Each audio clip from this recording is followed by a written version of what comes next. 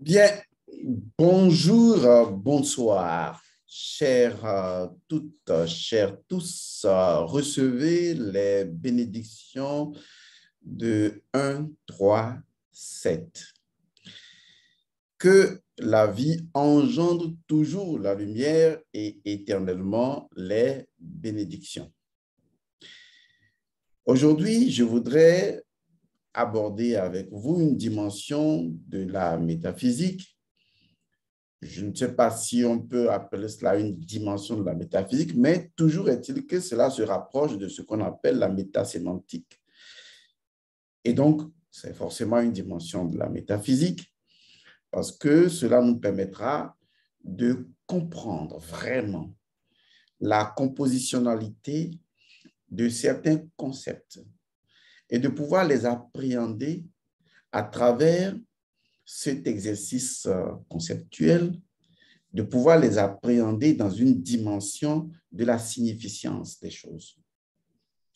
Et donc, ne soyez pas étonnés du caractère sophistiqué de certains mots, de certaines expressions que nous allons utiliser. Il ne s'agira pas ici de faire de la grossomologie, mais il s'agira de simplement comprendre la structuration de certains concepts au-delà du concept lui-même et d'appréhender sa dimension significative.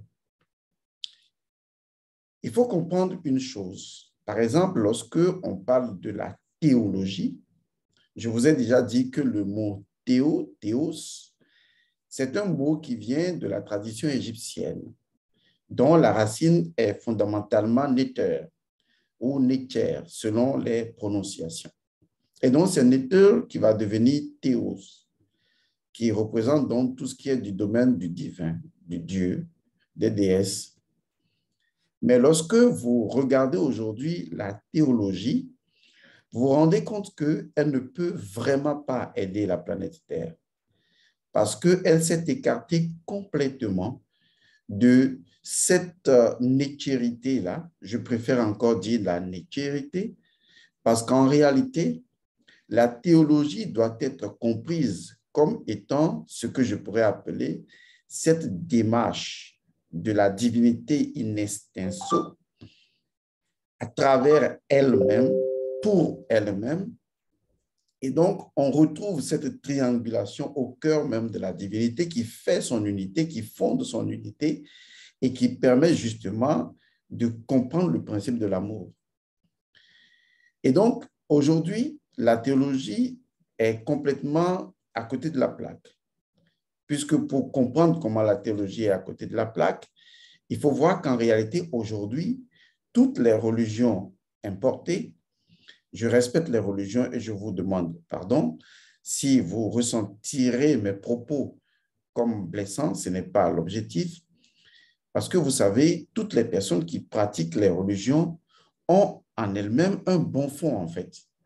Parce que quand on parle d'adoration, quand on parle de louange, quand on parle de prière, quand on parle de méditation et tout ça, ce sont des éléments que naturellement nous incorporons aux valeurs de l'esprit.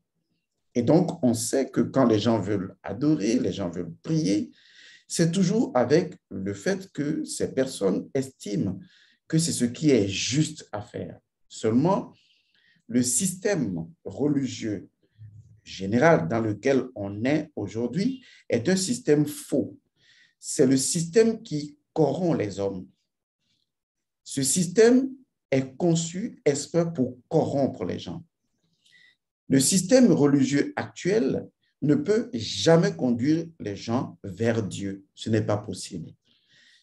Et les gens se refusent, au-delà donc de leur propre théologie, de faire la théologie de la nature et surtout de rentrer dans des échanges innocents pour comprendre que l'impact désastreux que nous avons aujourd'hui est du fait de la religion qui a inspiré l'impérialisme et naturellement les sciences politiques, l'économie et le social aujourd'hui.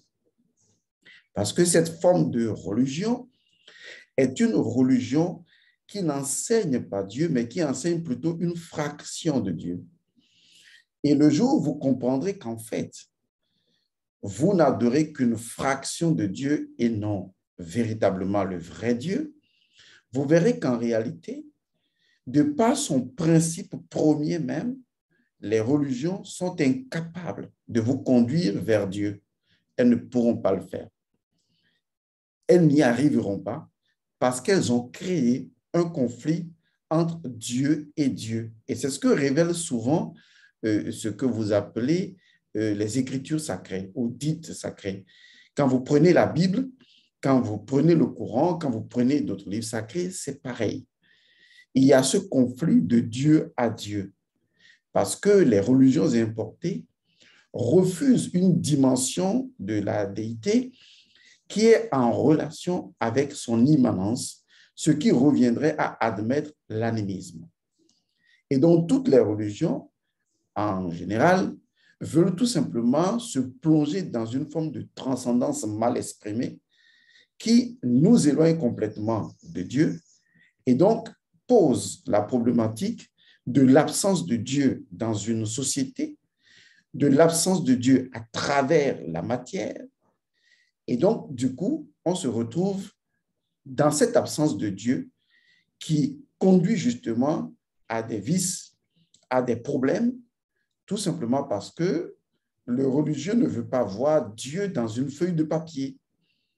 Et le fait que l'animiste se propose de chercher l'énergie de mana, de Dieu, dans une feuille de papier ou dans une statuette ou dans une motte de terre ou dans un arbre pour pouvoir le faire agir, lui paraît incompréhensible parce que pour lui, Dieu est transcendant à tout ça.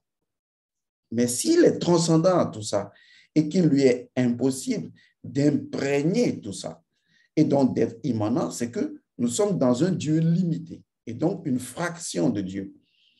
Une fraction de Dieu, ce qui est dangereux avec une fraction de Dieu, c'est que c'est dangereux pour créer des systèmes cohérents, des systèmes heureux. Parce qu'à partir du moment où systémiquement, vous admettez une fraction de Dieu, vous admettez les incongruités, les déviations, et vous ne justifiez cela que par la croyance, mais vous ne pouvez pas le justifier à travers la métaphysique et la compréhension des choses de façon intuitive. Et donc, la religion vous refusera l'intuition et vous imposera des dictées de telle sorte que, ou des dictats de telle sorte que vous serez abrutis parce que tant que vous aimeriez sortir de ce système, vous menacez la fraction de Dieu puisque vous voulez retrouver l'entièreté de Dieu. Ce que je dis peut paraître clair pour certains, mais incompréhensible pour d'autres. Mais on y arrivera avec le temps et vous verrez qu'en fait, le désordre aujourd'hui que vit le monde est purement et simplement spirituel. Dans le fait même que les systèmes mis en place au niveau spirituel ne sont pas compatibles avec la nétérité dans son fondement premier et que si ces choses proviennent des théologies qu'on nous vend, que j'appelle des théologies à dessous, eh bien, il est normal que le désordre du monde tel que nous le vivons aujourd'hui soit l'effet négatif de cette forme de théologie aberrante qui ne respecte pas le principe inhérent au Néther lui-même. Aujourd'hui, j'aimerais apporter une certaine différence entre deux concepts dont nous allons analyser la métaphysique ou, si vous voulez, la métasémantique. Souvent, vous entendez parler de définition de quelque chose. C'est-à-dire qu'on dit qu'il faut définir une chose.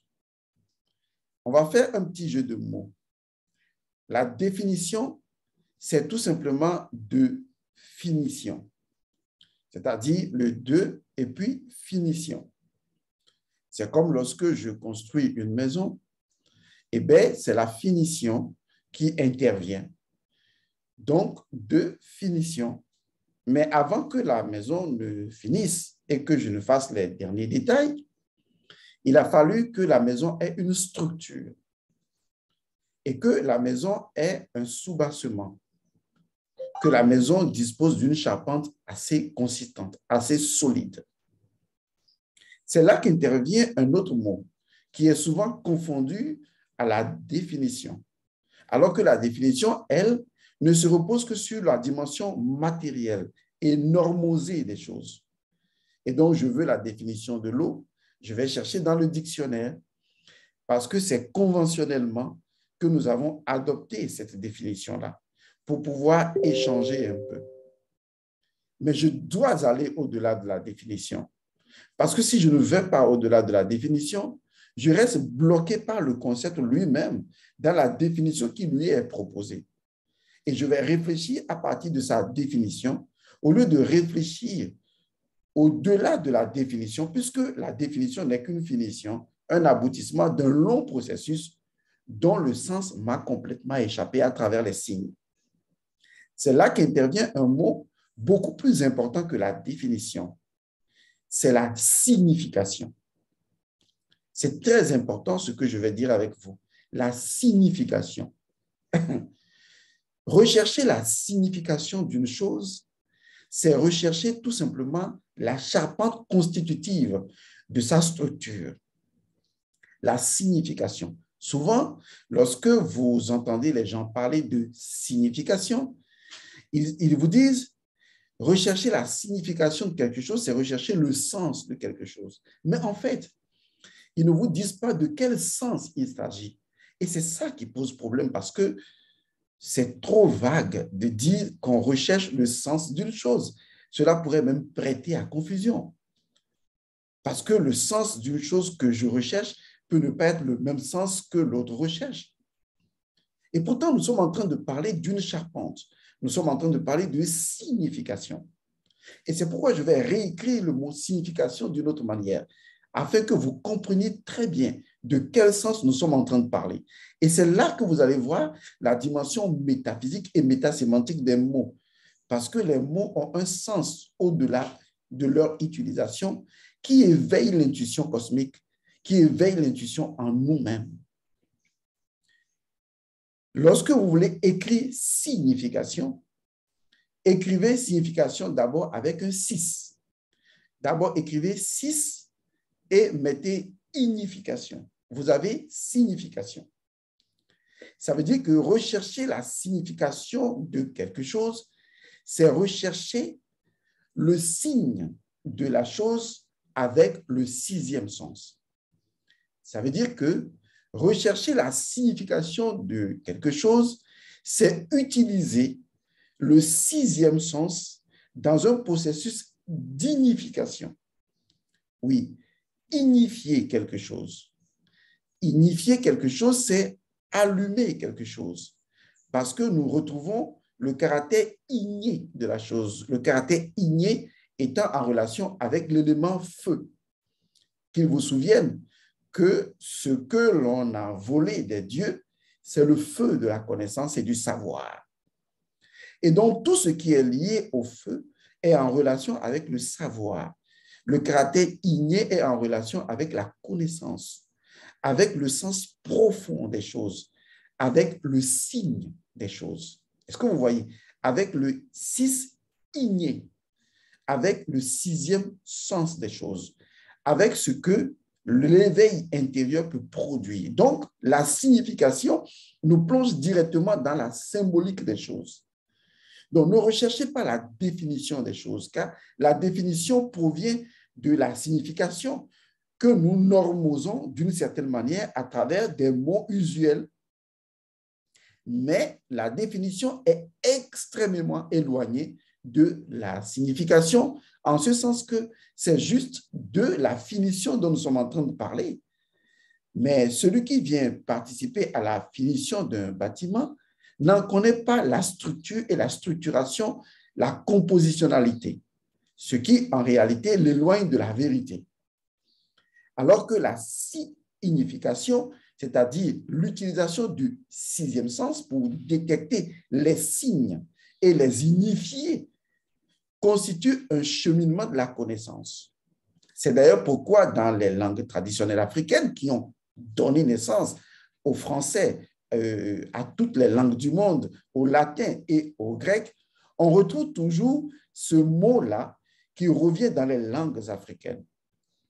Par exemple, dans le Mina, on utilise une expression qui représente le caractère igné de la chose.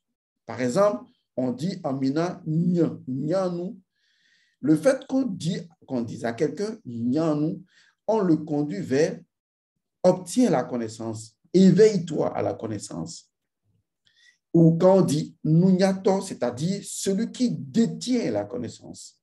Vous voyez, ce mot nyo qui revient chaque fois, qui est GN, va être à l'origine de la gnose. En fait, la gnosis, c'est le gno-isis. Gno-isis. La gno-isis, c'est tout simplement la connaissance de Isis. C'est tout simplement, comme le dirait Blavatsky, Isis dévoilé. Tout simplement gnosis. Gnosis. C'est tout simplement parce que ceux qui sont des leucodermes ont du mal à prononcer, vous voyez, ont du mal à prononcer le mot gn, le mot gn. Ils préfèrent prononcer le mot gn. Vous voyez, alors que chez l'Africain, on est très naturel, on est autochtone.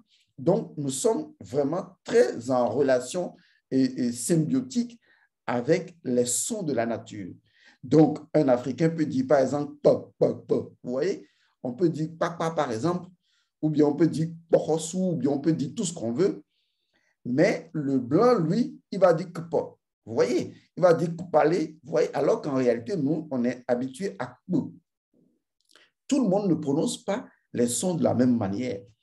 Et donc, eux, ils prononceront cela en disant gn, alors que nous, on dira ny, parce que la capacité de ny existe déjà dans nos langues traditionnelles africaines. Il faut donc comprendre qu'en réalité, ce ny, qui est un son lié à la nature, est un son qui est récupéré tout simplement de la relation qu'il y a avec l'élément eau. Et donc, cette capacité qu'a l'élément eau d'être ignifié, vous voyez, c'est cela qui produit le feu de la connaissance.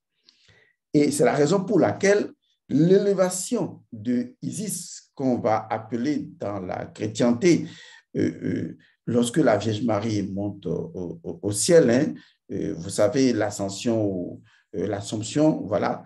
Et donc, en réalité, c'est tout simplement l'élévation de la connaissance, c'est-à-dire une forme de transmutation de l'élément eau en élément feu. On voit donc l'ignification. Donc, quand on recherche la signification de quelque chose, c'est qu'on recherche tout simplement le principe premier de la chose, c'est-à-dire la dimension du feu, initiateur de la vie de la chose. Et rechercher la signification d'une chose, c'est rechercher les signes. Or, les signes sont en relation avec les symboles et la symbolique des choses. Vous comprenez donc que je vous invite là à faire la recherche, non pas de la définition des mots, mais de la signification des mots. Car les mots portent toujours une image. Les mots portent une idée qui est en fait une image mentale. Et au-delà de cette idée ou de cette image mentale, il y a une vérité qui représente la symbolique de cette image qui en est le symbole. C'est ce qui nous conduit non seulement à la métaphysique, mais également à la métasémantique, parce qu'en ce moment, on peut voyager dans l'idée du mot et connecter tout simplement la signification ou la symbolique qui a donné naissance à cette idée-là. Et donc, si je vous invite aujourd'hui à faire cette quête de la signification des choses, c'est parce que je souhaiterais que dans le langage habituel, dans les conversations habituelles, vous commenciez à éveiller le sixième sens. Oui, le sixième sens est le seul sens capable de signification. Par exemple, lorsque je m'exprime à travers des mots, les mots sont des concepts. Ces concepts ont des définitions. Mais le vrai problème, c'est que beaucoup de personnes vont écouter des mots, vont se limiter dans les définitions de ces mots, mais ne vont pas transcender les définitions des mots pour entrer dans la signification. C'est là que le problème se pose. Ce qui amène d'ailleurs à conceptualiser à contextualiser les définitions, à dire que oui, cette définition est liée à tel domaine ou à tel domaine ou à telle matière. Vous voyez? Et là encore, on plonge dans le sens, le vrai sens, le sens secondaire, le sens tertiaire, et on peut aller encore plus loin. De telle sorte que c'est finalement une guerre des mots qui se met en place et on ne sait vraiment pas comment s'en sortir. Alors que lorsqu'on entre dans la cis-ignification et que nous voulons faire cis-ignifier les choses, nous admettons qu'il nous faut une dimension de l'éveil qui est notre dimension symbolique et qui, justement, connecte notre dimension stonienne à la compréhension intuitive des choses que nous avons de notre relation communautaire avec les choses de la nature. Donc, la signification provient de cette dimension stonienne des choses. C'est-à-dire que je sens la chose. Vous voyez, je suis dans ce sens. Et quand je parle de ce sens, ce n'est pas le sens ordinaire, c'est le sixième sens. Je sens la chose. Je suis en relation avec la chose. Et donc, je cesse ignifier la chose. Donc, je vais ignifier, c'est-à-dire je vais initier la connaissance de la chose compte tenu de ma communion avec la chose. Et à partir de ce moment, la chose a vraiment toute sa signification. Donc, la signification est l'action par laquelle, justement, excusez-moi, la signification est justement l'action par laquelle je vais tout simplement engager un processus ignification. Je vais ignifier par le sixième sens la compréhension. Et donc, ce processus-là doit être complètement clair dans votre tête.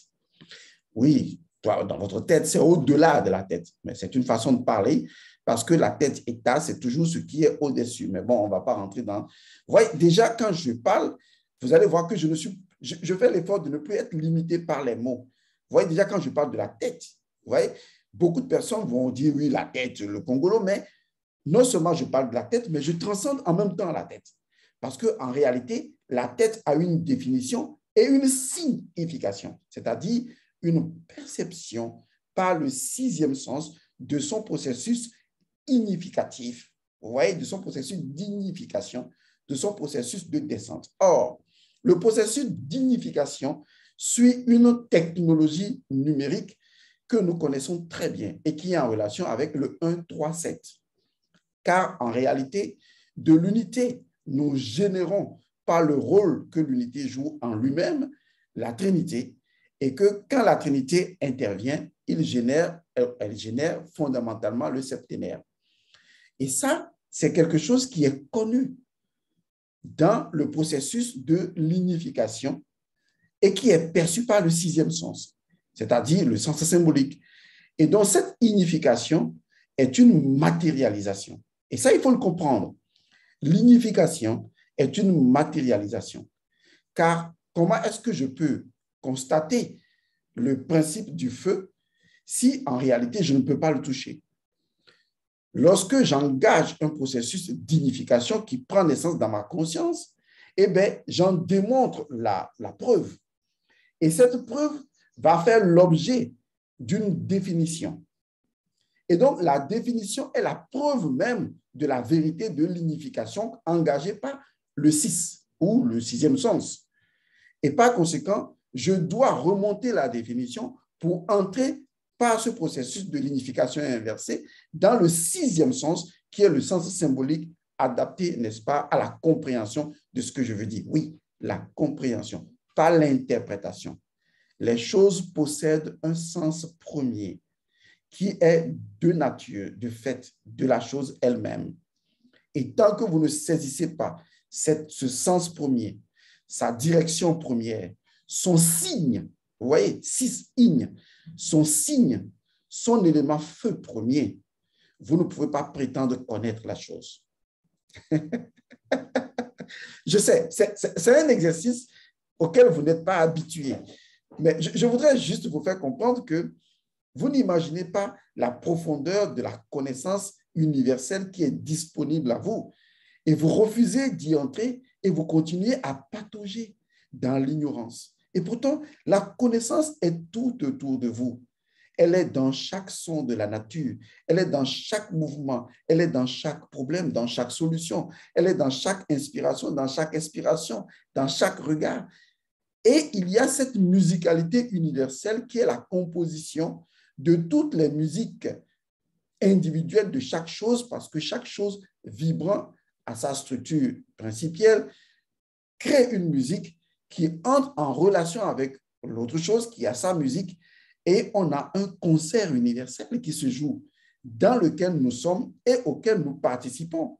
C'est à nous d'ajuster notre propre musicalité personnelle à cette musicalité universelle pour en détenir à travers une certaine, ce que je vais dire, une canalisation ou une véhiculisation, traduire cette connaissance universelle à travers notre personnalité ou notre identité.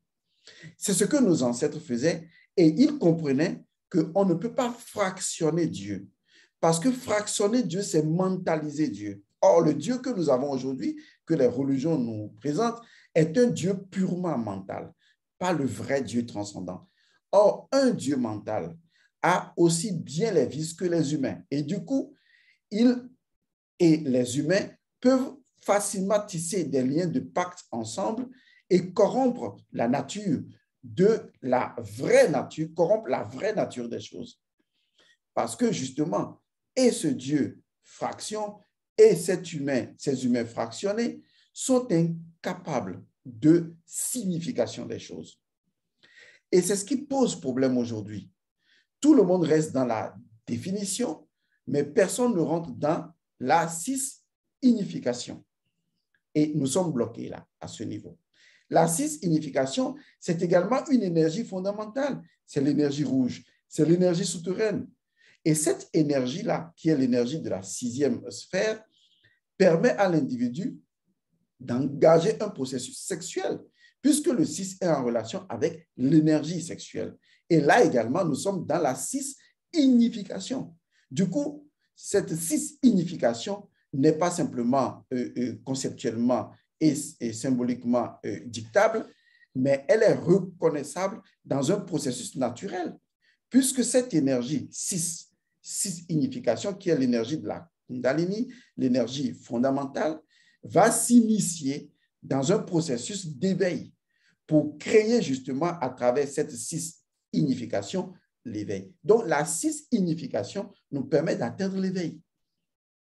Et ça, c'est ce qu'il faut comprendre. Rechercher la compréhension du nombre 6. Et c'est ce qui a été la plupart du temps, disons, mal édifié. Moi, j'invente les mots, hein, on s'en fout. Parce qu'à un moment donné, on se retrouve devant le nombre 666, le 666. Et les gens ne comprennent pas qu'on est dans un processus de densification de la signification du sens des choses qui est en relation avec le 6. Et que le 6 est justement en relation avec l'énergie serpent qui suit un processus de dragon ou de l'agneau. Tout dépend de ce que chacun comprend de l'Apocalypse. L'Apocalypse, c'est un jeu d'enfant pour nous. On le comprend parfaitement. Donc, on sent que l'Apocalypse nous met dans un processus de signification qui est en fait un chemin initiatique de transmutation. Donc, on ne peut pas dissocier la signification qui, en même de la transmutation ou de l'alchimisation, parce qu'on part justement d'une matière brute de la chose pour arriver à sa subtilité. Et la matière brute, c'est tout simplement son 6, qui est donc l'énergie de la Kundalini, et qui va entrer dans une unification pour devenir, à travers le 777, le 888. En fait, comme je l'ai dit, hein, tant que l'homme ne sort pas du concept et des définitions, il ne peut pas aller dans la structuration et dans la structure, dans la charpente des choses.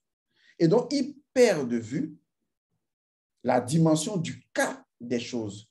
La dimension énergétique n'est perceptible que lorsqu'on transcende le corps physique qui en est la définition, c'est-à-dire la démonstration physique, mais qui n'est que la matérialisation in fine d'un processus dont la signification a commencé quelque part.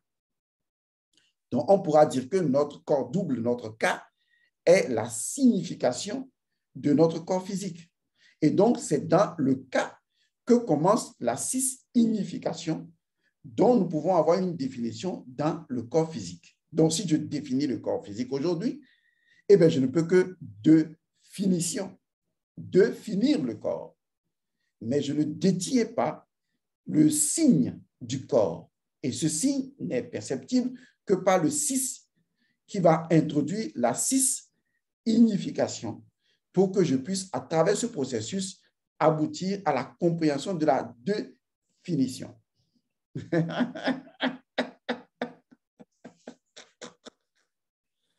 Non, mais c'est amusant. En fait, des fois, je m'assois là et je souris, quoi. Je souris, je dis, quand est-ce que l'humanité va arrêter de faire de la bêtise et de commencer vraiment le chemin de la connaissance, parce qu'il y a tellement de choses à connaître. Vous n'avez justement aucune idée de l'immensité de la connaissance qui est tout autour de vous. J'espère que, en fait, je peux parler de ce sujet-là pendant une demi-journée. Parce que ce que je dis se retrouve exactement dans les 7 principes hermétiques. Le tout est esprit, l'univers est mental. Lorsque je vous décortiquerai ce savoir, vous comprendrez la dichotomie, non seulement la dichotomie divine, mais la dichotomie du concept même de Dieu que les religions et la théologie religieuse sont incapables de comprendre.